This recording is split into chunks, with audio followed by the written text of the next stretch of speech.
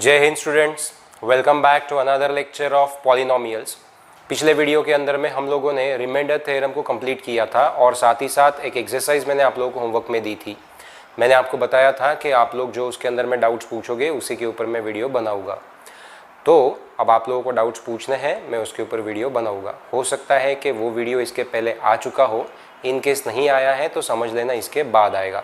ठीक है, इस वीडियो में हम लोग पढ़ने जा रहे हैं फैक्टर थ्योरम को डिटेल में और फैक्टराइजेशन क्या होता है उसको। लेकिन उससे पहले मैं अपना पढ़ाई शुरू करूं उससे पहले मैं आप लोगों को कुछ बताना चाहता हूं। 2-3 बातें हैं, आप ध्यान से इसको सुनो। सबसे पहली बात कि 15 जून को आप लोगों का हेरॉन्स फार्मूला के ऊपर टेस्ट शेड्यूल है। वो टेस्ट मैं पीडीएफ फॉर्म में डालूंगा www.ayarsir.com के ऊपर, जैसे मैंने हेरॉन्स फार्मूला की वर्कशीट्स डाली थी। वहाँ से आपको टेस्ट डाउनलोड करनी है, आपको सॉल्व करनी है और बाय 17 जून आपको वो मेरे घर पर, जो दामनगांव रोड वाला मेरा सेंटर है, मेरा घर है, वहाँ पर आप लोगों को उसको सबमिट करवाना है थ्रू योर पेरेंट्स। आपको नहीं आना है, आपको बाहर नहीं निकलना है, योर सेफ्टी कम्स फर्स्ट। तो आप लोगों को अपने पेरेंट्स के थ्रू या किसी भी माध्यम से वो टेस्ट सॉल्व करके मेरे घर पर पहुंचाना है। चाहे आप किसी भी ब्रांच में एडमिशन लिए हो, आयास सर के घर पर अगर आपने एडमिशन ली है, फिर भी आपको यहीं पर मेरे घर पर ही टेस्ट को ड्रॉप करना है। जब वो टेस्ट चेक हो जाएगी तो मैं ऐसे ही किसी एक वीडियो के अंदर में फिर से इन्फॉर्मेशन ड्रॉप करूँगा कि आपकी टेस्ट चेक हो गई है, आप इतने दिन के अंदर में या कल परसों में आप आपकी टेस्ट कलेक्ट कर लो। Got it? ये पहला पॉइंट हो गया। अभी दूसरा पॉइंट ये है कि 15 जून के बाद, या सपोज करो जब तक पॉलिनोमियल्स लेसन ख़त्म नहीं होता है तब तक, और उसके बाद पॉलिनोमियल्स का तो हम लोगों का जैसा चल रहा है वैसा चलेगा।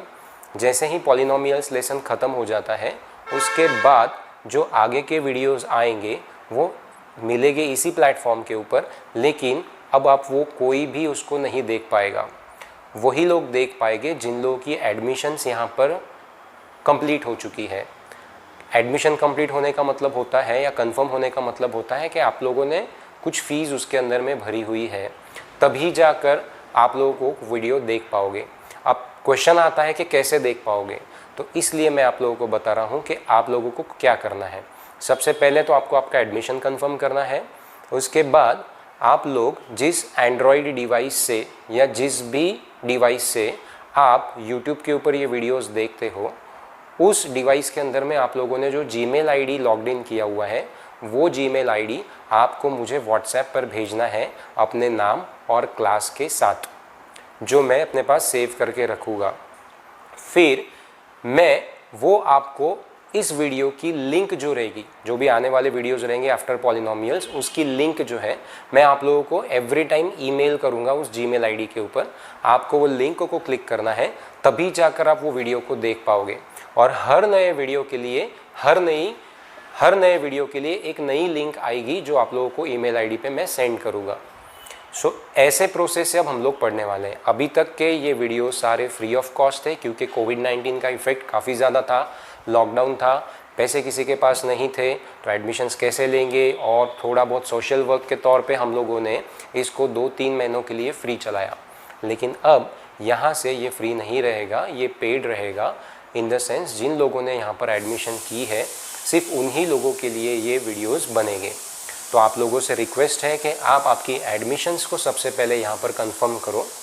ठीक है, आप लोग एडमिशन जब करवाओगे तो आप लोगों को अपनी एक किट यहाँ से लेकर जानी है, जिसके अंदर में कुछ स्टडी मटेरियल रहेगा। तो वो उन्हीं को मिलेगा जिन लोगों का फ़ीस कंप्लीट है। किट उन्हीं लोगों को मिलेगा जिन लोगों का फ़ीस कंप्लीट है, और लिंक उन लोगों को मिलेगी जिन लोगों का एटलीस्ट कुछ ना कुछ पार्ट पेमेंट कंप्लीट है। तो ये दोनों डिफरेंट थिंग्स हैं। ठीक है, इसको क्लब नहीं करना। दूसरी बात, तो इसके अलावा अगर आप लोगों को कोई डाउट है तो आप मुझे फ़ोन करके पूछ सकते हो। अच्छा, कब आना है, कितने बजे आना है, कैसे आना है, ये आप लोगों को मुझे फ़ोन पर कांटेक्ट करके पूछना है।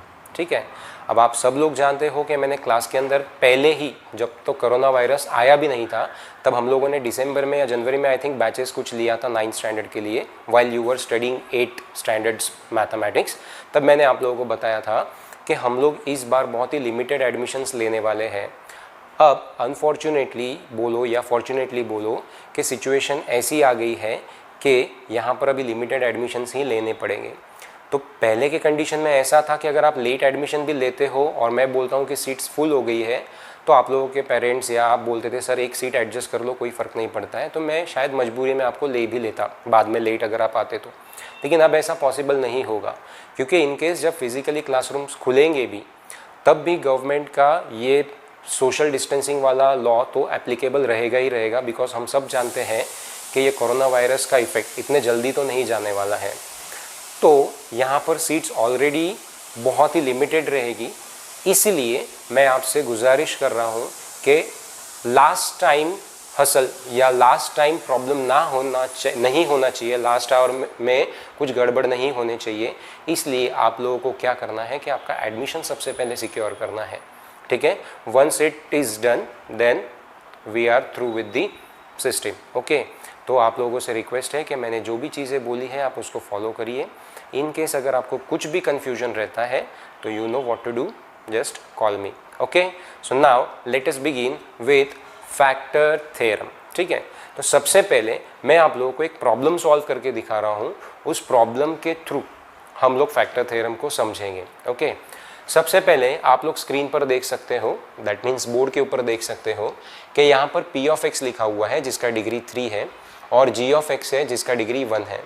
अब अगर मैं ऐसा करता हूँ कि p ऑफ x को डिवाइड करता हूँ g ऑफ x से, p ऑफ x को डिवाइड करता हूँ g ऑफ x से, तो डिवाइड करने के बाद में दो चीज़ें मिलती हैं हम लोगों को, एक मिलता है क्वोशंट और दूसरा मिलता है रिमाइंडर। लेकिन मैं आपसे अगर कहूँ कि मुझे अभी क्वोशंट से कोई लेना देना नहीं है, मुझे जो भी लेना देना है वो रिमाइंडर से लेना देना है, तो आप कौन सा मेथड मुझे सजेस्ट करोगे? ऑब्वियसली रिमाइंडर थ्योरम, ठीक है। तो यहाँ पे हम रिमाइंडर थ्योरम अप्लाई करते हैं। तो बाकी डिटेल कैसे लिखते हैं हमने पिछले वीडियो में देखा है, अभी हम उसमें टाइम वेस्ट नहीं करेंगे। मैं डायरेक्टली क्या करूँगा, रिमाइंडर थ्योरम अप्लाई करूँगा, और रिमाइंडर थ्योरम अप्लाई करते वक्त हमको क्या मिलता है, रिमाइंडर। और रिमाइंडर कैसे मिलता है, x के जगह पर हमको क्या रखना पड़ेगा, यू आर राइट, -1 का एडिटिव इनवर्स दैट इज +1, यानी हमको यहाँ पर पता करना पड़ेगा p ऑफ 1। क्या पता करना पड़ेगा, p ऑफ 1। जो भी p ऑफ 1 आएगा उसी को हम रिमाइंडर बोलेंगे। This is according to remainder theorem. तो यहाँ पर टाइटल देना चाहिए था आपने, बट मैंने नहीं दिया हुआ है, तो मैं यहाँ लिख देता हूँ बाय रिमाइंडर थ्योरम, राइट। चलिए देखते हैं p ऑफ 1 कितना आता है। तो आपको क्या करना है, यहाँ जहाँ पर भी x है वहाँ पर 1 रखना है। इनकेस अगर आप भूल चुके हो कि यहाँ पर 1 क्यों रखा, तो मैं आपको बता दूँ, x माइनस 1 को आपको इक्वेट करना है रफ में 0 से, तो जो x का वैल्यू आएगा वही यहाँ पे आपको x के जगह रखना है, बराबर है, ठीक है। चलो, तो 4 यहाँ पे आएगा 1 का क्यूब प्लस 3 1 का स्क्वायर -4 1 -3। नाउ इसको सॉल्व करते हैं, सिंप्लीफाई करते हैं। तो सिंप्लीफिकेशन में मिलेगा मुझे ये 4 + 3 -4 -3, 4 - 4 0, 3 - 3 0, सो द आंसर इज 0। तो यहाँ पर जो रिमाइंडर आया वो कितना आया, 0। आप इसको अदरवाइज ऐसे लिख सकते हो कि p of 1 is equals to 0। p of 1 कितना आया, 0। अब मैंने आपको लास्ट वीडियो में भी बताया था, जब रिमाइंडर 0 होता है तो हम x माइनस 1 को क्या कहते हैं, factor of p of x। उल्टा अगर रिमाइंडर 0 आता है तो हम p ऑफ x को क्या मानते हैं, multiple of g of x। ये दोनों भी स्टेटमेंट हम लोगों ने लास्ट वीडियो में डिस्कस किए थे। तो इसमें आज जो मैंने पहला स्टेटमेंट बोला है उसको लेके बात करेंगे। मैंने क्या बात की अभी कि if the remainder is 0 that means p of 1 is 0, that means x minus 1 is a factor of p of x, right. क्यों, क्योंकि रिमाइंडर 0 है, इस पे तो अभी कोई दो राय नहीं है कि क्यों ऐसा होगा। Because remainder is 0 that means it divides p of x completely, and whenever a number or a polynomial divides another number or a polynomial completely, that means that divisor is a factor of the dividend, right। पिछले दो video से हम यही चीज़ों पे बात कर रहे हैं, ओके। सो फिर से p of 1 is equals to 0, therefore x minus 1 is a factor of p of x। अब देखिए, डिवाइड जब हमको x माइनस 1 से करना था तो हमने x के जगह पे 1 रखा, क्यों? क्योंकि हमने इसको इक्वलाइज किया 0 से, बराबर है। अब यहां पर मैं बोल रहा हूं कि x इज इक्वल्स टू 1 रखने की वजह से रिमाइंडर 0 आया, तो अब 1 को उधर लेके चलो, तो क्या आएगा? x minus 1 is equals to 0। तो x माइनस 1 क्या बन गया? फैक्टर। यानी रिमाइंडर थ्योरम और फैक्टर थ्योरम एक दूसरे से अलग नहीं है, ये लिंक्ड अप है। सेपरेशन में बताऊंगा, जो माइन्यूट डिफरेंस है वो मैं बताऊंगा, पहले आप इसको समझ लो मैं क्या बोलना चाह रहा हूं।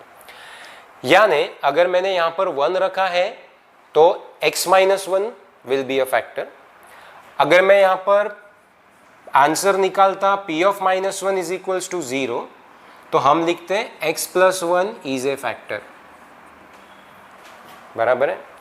अगर मैं किसी पॉलिनोमियल में x के जगह पे 5 रख के आंसर निकाल रहा हूं 0, यानी रिमाइंडर आ रहा है 0, यानी p ऑफ 1 जैसे 0 आया वैसे p of 5 is equals to 0 आ रहा है, इसका मतलब x minus 5 is a factor of that polynomial जिस पे हम बात कर रहे हैं।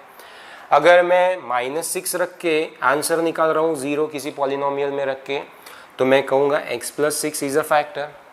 यानी अल्टीमेटली क्या हो रहा है, यहाँ पे जो भी नंबर है फिर से उसका एडिटिव इनवर्स आपको x के बाजू में लगा देना है। जो पॉलिनोमियल बनेगा उस वक्त उस पॉलिनोमियल को आप कहेंगे factor of the larger polynomial जिसमें हमने वैल्यू को रखा था x के जगह पे, राइट? बात समझ आ रही है मेरी आप लोगों को? ठीक है, फिर से तो अब हम ये बोल रहे हैं कि जब भी p of 1 is equals to 0 आ रहा है तो x माइनस 1 ये फैक्टर रहेगा। जब भी p of minus 1 is equals to 0 आ रहा है तो x प्लस 1 फैक्टर रहेगा। जब भी p of 5 is equals to 0 आ रहा है तो x माइनस 5 फैक्टर रहेगा। अब अगर यहाँ पे नंबर के जगह पे मैं ऐसा लिखता हूँ कि p ऑफ a, ये a है, p of a is equals to 0 है, इसका मतलब क्या हुआ कि x माइनस a का एडिटिव इनवर्स क्या रहेगा? माइनस a, तो x माइनस a क्या कहा जाएगा? Is a factor of p of x, right? समझ में आई बात? फिर से मैं बोल रहा हूं कि अगर p ऑफ 5 0 है तो x माइनस 5 फैक्टर है। 5 का अपोजिट एडिटिव इनवर्स जो रहेगा माइनस 5 रहेगा। 1 का एडिटिव इनवर्स माइनस 1 रहेगा, तो a का एडिटिव इनवर्स क्या रहेगा? Minus a। तो अगर p ऑफ a 0 है तो x माइनस a फैक्टर रहेगा। उल्टा, अगर x minus a is a factor if, यहां पे भी इफ, यहां पे आएगा देन, तो पहला स्टेटमेंट ये होता है if p of a is equals to 0 then x minus a is a factor. उल्टा, if x minus a is a factor of p of x then p of a should be equal to 0। बात समझ आ रही है सभी को? फिर से शुद्ध हिंदी में समझते हैं। फिर से अभी भी हिंदी ही था लेकिन और शुद्ध हिंदी में। इफ इंग्लिश, यदि p of a is equals to 0, अगर x के जगह पर a रखने के बाद आंसर 0 आता है, वैल्यू ऑफ द पॉलिनोमियल या रिमाइंडर 0 आता है, इसका मतलब ये है कि x माइनस a उस पॉलिनोमियल का फैक्टर हुआ। यहां तक समझ आया? तो इसका उल्टा कर दो कि यदि x माइनस a उसका फैक्टर है, ऐसा वो गिवन में बताता है हम लोगों को, तो हम कंक्लूड क्या करेंगे कि x के जगह पर a रखने के बाद आंसर 0 ही आना चाहिए। क्यों? क्योंकि रिमाइंडर कितना आना चाहिए? 0। फैक्टर है तो रिमाइंडर 0 आएगा। अगर मैं आपसे बोलता हूं कि 3 इज ए फैक्टर ऑफ 18, इसका क्या मतलब हुआ कि जब आप 3 से 18 को डिवाइड करोगे तो रिमाइंडर आएगा 0। और अगर मैं 18 को 3 से डिवाइड करके रिमाइंडर 0 ला रहा हूं तो मैं कहूंगा 3 इज अ फैक्टर ऑफ 18। तो ये वाली सिचुएशन पहले स्टेटमेंट पे बैठती है, ये वाली सिचुएशन सेकंड स्टेटमेंट पे बैठती है। कैसे? When we divide 18 by 3 we get remainder 0, that means p of a is equals to 0, remainder आ रहा है, तो 3 is a factor of 18, that means x minus a is a factor of p of x। उल्टा, अगर मैं बोल रहा हूं कि 3 is a factor of 18 यानी x minus a is a factor of whatever the p of x is, then remainder will be equals to 0, तो p of a will be equals to 0। Analogy समझ में आ रही है आप लोगों को? I guess yes, if not call me. ठीक है, हो गया। अब चलिए, रिमाइंडर थ्योरम और फैक्टर थ्योरम में फर्क कितना है? रिमाइंडर थ्योरम ये है जहां पे मैं खड़ा हूं, तो फैक्टर थ्योरम ये है जहां अभी मैं आया हूं। जस्ट एक कदम आगे चल के फैक्टर थ्योरम बात करता है। फैक्टर थ्योरम अप्लाई करने के पहले रिमाइंडर थ्योरम ही काम करता है।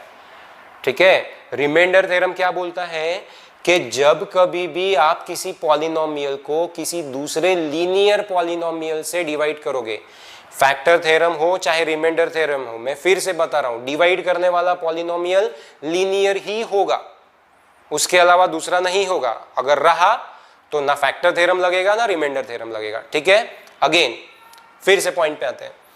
रिमाइंडर थ्योरम बोलता है कि जब भी आप किसी p ऑफ x को किसी linear polynomial g of x से डिवाइड करते हो तो उसका जो रिमाइंडर आएगा वो कैसे आएगा? x के जगह पे इसका एडिटिव इनवर्स रख के जो वैल्यू आएगा वो। तो रिमाइंडर थ्योरम में हमने देखा 0 भी आता है, -5 भी आता है, 4 भी आता है, कुछ भी आता है। रिमाइंडर थ्योरम को उससे फर्क नहीं पड़ता कि रिमाइंडर क्या आ रहा है। रिमाइंडर थ्योरम को सिर्फ इससे फर्क पड़ता है कि डिवाइड किससे हो रहा है। बस उसका एडिटिव इनवर्स यहाँ रख दो, सॉल्व करो, जो वैल्यू आएगी वो रिमाइंडर कहलाएगा। यहाँ से रिमाइंडर थ्योरम का जॉब खत्म।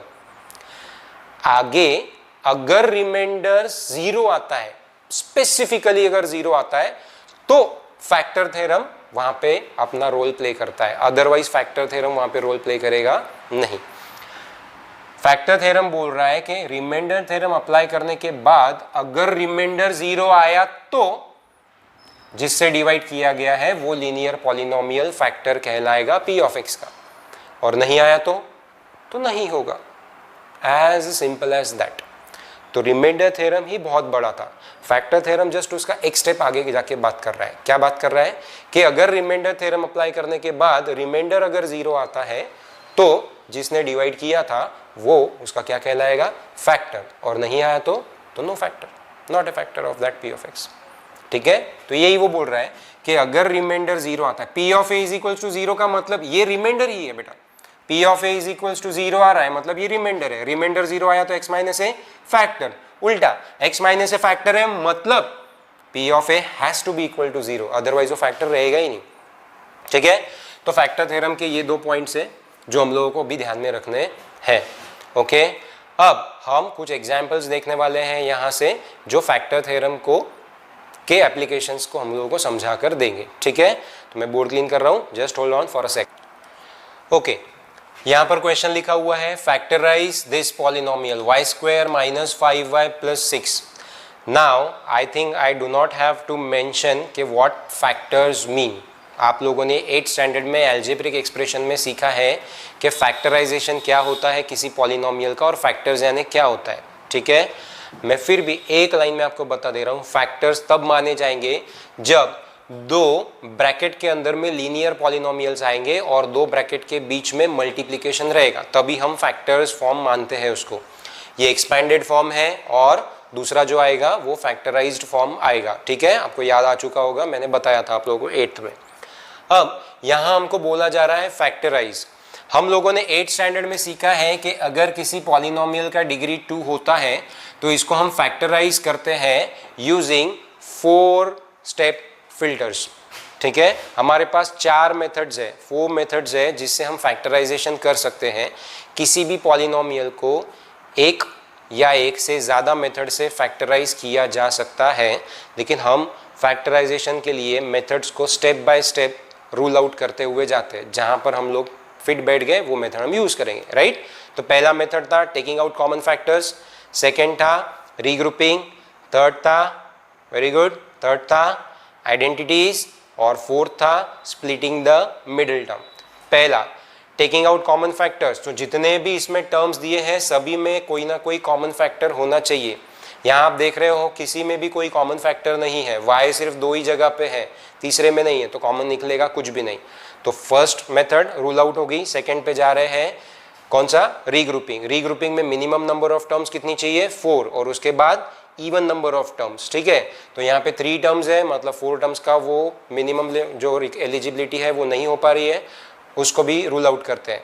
थर्ड आएगा आइडेंटिटी के लिए फर्स्ट और लास्ट परफेक्ट स्क्वायर चाहिए। आप देख रहे हो यहाँ पे परफेक्ट स्क्वायर है but this is not a perfect square, तो आइडेंटिटी भी एप्लीकेबल नहीं है। तो लास्ट बचता है हम लोगों का fourth, that is splitting the middle term. अब आई गेस आप लोगों को स्प्लिटिंग द मिडिल टर्म आती है, बट स्टिल मैं यहाँ पे आपको splitting the middle term short में समझा रहा हूँ कैसे अप्लाई होता है, ठीक है। चलिए, अब 8th स्टैंडर्ड का अगर होता तो मैं यहीं से सॉल्व करना शुरू कर देता, बट क्योंकि 9th स्टैंडर्ड है तो हम पहले इसको बोलेंगे लेट p ऑफ y, क्योंकि ये y के फॉर्म में है पॉलिनोमियल, इसलिए मैंने लिखा p of y is equals to y square minus 5y plus 6। पूरा इतना ना बोलते हुए मैं शॉर्ट में क्या बोलूँगा उसको, p ऑफ y, बस इतना ही फर्क है। चलो, स्प्लिटिंग द मिडिल टर्म करने के लिए पहला मेथड, पहला स्टेप क्या है, कांस्टेंट टर्म को लीडिंग कोएफिशिएंट मतलब हाईएस्ट पावर वाला यानी डिग्री 2 का जो यहाँ पे कोएफिशिएंट रहेगा उसके साथ मल्टीप्लाई करना अलोंग विद द साइन। तो यहाँ पर 6, यहाँ पर कुछ नहीं है तो 1 रहेगा, तो 6 1 क्या आता है 6। ये हैबिट होनी चाहिए, यहाँ पे कुछ हो या ना हो आप लोगों को इसको मल्टीप्लाई करना ही पड़ेगा, उसके बाद ही आप आगे सॉल्व करोगे। नहीं तो क्या होगा, यहाँ पे कुछ होने के बावजूद भी आप मल्टीप्लाई करना भूल जाओगे। Therefore make it a habit. तो 6 आ गया, इसके हमको फैक्टर्स ढूंढने इस तरह से कि जिनको ऐड या सब्ट्रैक्ट करने के बाद नेगेटिव 5y बनना चाहिए, नेगेटिव 5y बनना चाहिए। चलिए, 6 के फैक्टर्स दो तरीके के आएंगे, एक तो आएगा 6 1 जार 6 और दूसरा आएगा 2 3 जार 6।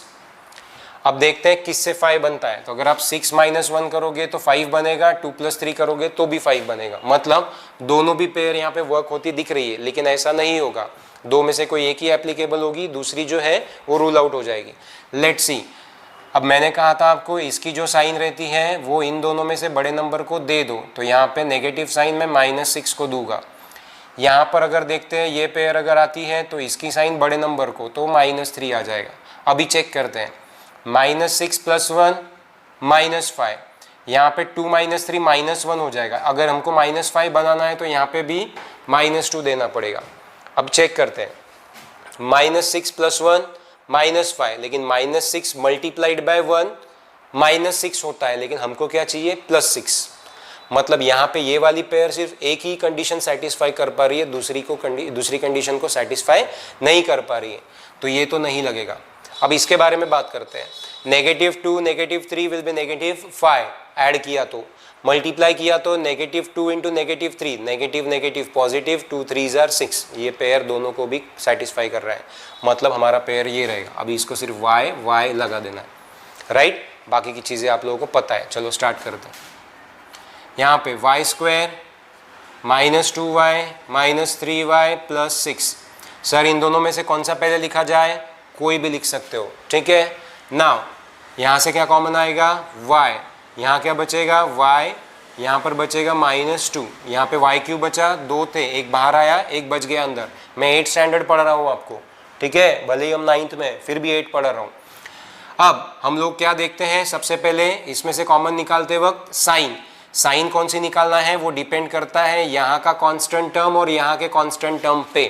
कैसे, यहाँ का कांस्टेंट टर्म पॉजिटिव है, यहाँ का कांस्टेंट टर्म नेगेटिव है, साइन ऑपोजिट है, तो जब साइन ऑपोजिट रहती है तो क्या बाहर आता है, माइनस, तो यहाँ पर बाहर आएगा माइनस। साइन सेम रही तो क्या बाहर आता है, प्लस, ये बात ध्यान में रखना। तो अभी साइन ऑपोजिट है दोनों कांस्टेंट टर्म की, तो नेगेटिव बाहर आया, 6 और 3 में से कॉमन निकलेगा 3। अब अंदर जब जाएगा तो साइन चेंज हो जाएगी क्योंकि हमने माइनस बाहर निकाला है, अगर प्लस बाहर निकाला होता तो साइन चेंज नहीं होती। अब -3 का क्या हो जाएगा, पॉजिटिव, तो यहाँ पॉजिटिव आएगा, 3 तो बाहर निकल गया, बचता क्या है y, पॉजिटिव y। ये पॉजिटिव का क्या हो जाएगा, नेगेटिव, 3 कितने जार 6 होता है, 2 जार, तो आ गया y -2। नाउ y -2 दोनों जगह कॉमन आ गया, हमने उसको बाहर ले लिया, यहाँ y रहेगा, यहाँ पे -3 रहेगा, तो ये आ गए आपके फैक्टर्स। मैंने कहा था फैक्टर्स तब रहेगा जब दो ब्रैकेट के अंदर में लीनियर पॉलिनोमियल्स आएंगे। देखो y की डिग्री 1 है और दोनों ब्रैकेट के बीच में मल्टीप्लिकेशन रहेगा, तो यहाँ दो ब्रैकेट के बीच में कोई ऑपरेशन नहीं, मतलब मल्टीप्लिकेशन है। So here we factorised these two, ठीक है, I mean we factorise this polynomial into these two factors, right. अब ये फैक्टर्स है, ये कैसे पता चलेगा, कैसे पता चलेगा, ये फैक्टर्स है कैसे पता चलेगा, सोचना, ठीक है, और कमेंट करके बताना कि आपको आया था या नहीं, मैं आंसर बता रहा हूँ। ये फैक्टर्स है तब पता चलेगा जब आप इस पॉलिनोमियल में y के जगह -2 का एडिटिव इनवर्स +2 रखोगे। चेक करके देखो, +2 का स्क्वायर -5 इंटू 2 +6, 2 का स्क्वायर 4 -10 +6, 6 और 4 10 -10 इज इक्वल्स टू 0। यानी जब आप इससे इसको डिवाइड करोगे तो रिमाइंडर कितना आएगा 0। ये कैसे निकाला? Bye remainder theorem. y की जगह क्या रख दिया 2, आंसर आया 0। तो इसका मतलब ये तो इसका फैक्टर है। दूसरा चेक करते हैं, -3 की जगह क्या रखोगे 3, तो आएगा 3 का स्क्वायर -5 इंटू 3 +6, 9 -15 +6, 6 और 9 15 -15 इज इक्वल्स टू 0। आ गया? ओके, अब आप इन दो नंबर्स के अलावा यानी 2 और 3 के अलावा यहाँ पर आपको जो लगता है वो नंबर रख के देखो। शर्त देता हूं यहां पर 0 नहीं आएगा। इसका मतलब इस पॉलिनोमियल के सिर्फ 2 ही फैक्टर्स हैं, तीसरा फैक्टर नहीं है, क्योंकि इसकी डिग्री 2 है। और मैंने आपसे कहा था कि जिसकी डिग्री 2 है उसके 2 फैक्टर्स आ सकते हैं ज़्यादा से ज़्यादा। जिसका डिग्री 1 है उसका एक ही फैक्टर आएगा, ठीक है, यानी वो खुद ही फैक्टर रहता है। जिसका डिग्री 3 है उसके ज़्यादा से ज़्यादा 3 फैक्टर्स, ये हम 10th में सीखेंगे, ठीक है। तो जितना डिग्री रहेगा उतने ज़्यादा फैक्टर्स आएंगे, ठीक है। यहाँ पर अभी आगे भी डिग्री 3 डिग्री 4 के पॉलिनोमियल्स हमको दिखेंगे जिसमें हम फैक्टर्स निकालेंगे। इसलिए मैं आपको बता रहा हूँ कि जितनी डिग्री रहेगी मैक्सिमम उतने जीरोस उतने फैक्टर्स आते हैं, मैक्सिमम, ठीक है, मैक्सिमम। मैं ये नहीं बोल रहा कि उतने आएंगे ही, लेकिन उससे ज़्यादा नहीं आएंगे। जैसे डिग्री 3 है तो वहाँ पे ज़्यादा से ज़्यादा 3 फैक्टर्स आएंगे, तो 3 से कम 2 भी हो सकते हैं, 1 भी हो सकता है, लेकिन 3 से ज़्यादा नहीं आएगा। डिग्री 2 है तो हो सकता है कि एक ही फैक्टर आए, उससे ज़्यादा नहीं, उससे कम नहीं आएगा, ठीक है। आई मीन 2 से ज़्यादा नहीं आएंगे, 1 आ सकता है, हो सकता है 1 भी ना आए, लेकिन 2 से ज़्यादा नहीं आएंगे। समझ रहे हो बात को? ओके, तो आपको इतना तो समझ गया कि हम इसको फैक्टराइज कैसे करते हैं। अब हमको सीखना है कि हम इससे ज़्यादा डिग्री के पॉलिनोमियल रहे तो कैसे फैक्टराइज करेंगे। यहाँ तक डिग्री 2 तक का फैक्टराइजेशन हम लोगों ने 8th में सीखा था, लेकिन मैंने 8th में भी आपसे कहा था कि डिग्री 3 आया तो ये जो मैंने 4 मेथड आपको बताई ना, कौन सी? Taking out common factors, regrouping, then identities and then splitting the middle term, ये एक भी काम में नहीं आएगी वहाँ पे डिग्री 3 में। वहाँ पर हमको यूज़ करना पड़ेगा फैक्टर थ्योरम। तो फैक्टर थ्योरम से कैसे अप्लाई होता है, कैसे हम फैक्टराइज कर सकते हैं, वो हमको देखना है। लेकिन आई गेस यहाँ पे वीडियो काफ़ी बड़ा हो चुका है, ठीक है, तो आप इतना लंबा एक साथ नहीं झेल पाओगे। तो आपको सिर्फ इतना करना है, मैंने अभी जो वीडियो में बोला है वो सारा वीडियो फिर से एक बार देखना है, और इस तरह के कुछ प्रॉब्लम्स आपको खुद डिज़ाइन करके देखने हैं आपको आते हैं या नहीं सॉल्व करते। और फैक्टर थ्योरम और रिमाइंडर थ्योरम के बीच में जो एक थिन लाइन डिफरेंस है उसको फिर से एक बार आंखें बंद करके अपने आप को समझाना है और उसको क्लियर करना है। एक बार आपको फैक्टर थ्योरम और रिमाइंडर थ्योरम का कंसेप्ट दिमाग में आपके अच्छे तरह से बैठ गया तो आप समझ लो आधा पॉलिनोमियल आपके पॉकेट में, आधा जो रहेगा वो आइडेंटिटीज़ पे बेस्ड रहेगा, जो हम फैक्टर थ्योरम के बाद के लेक्चर्स में देखेंगे, ठीक है।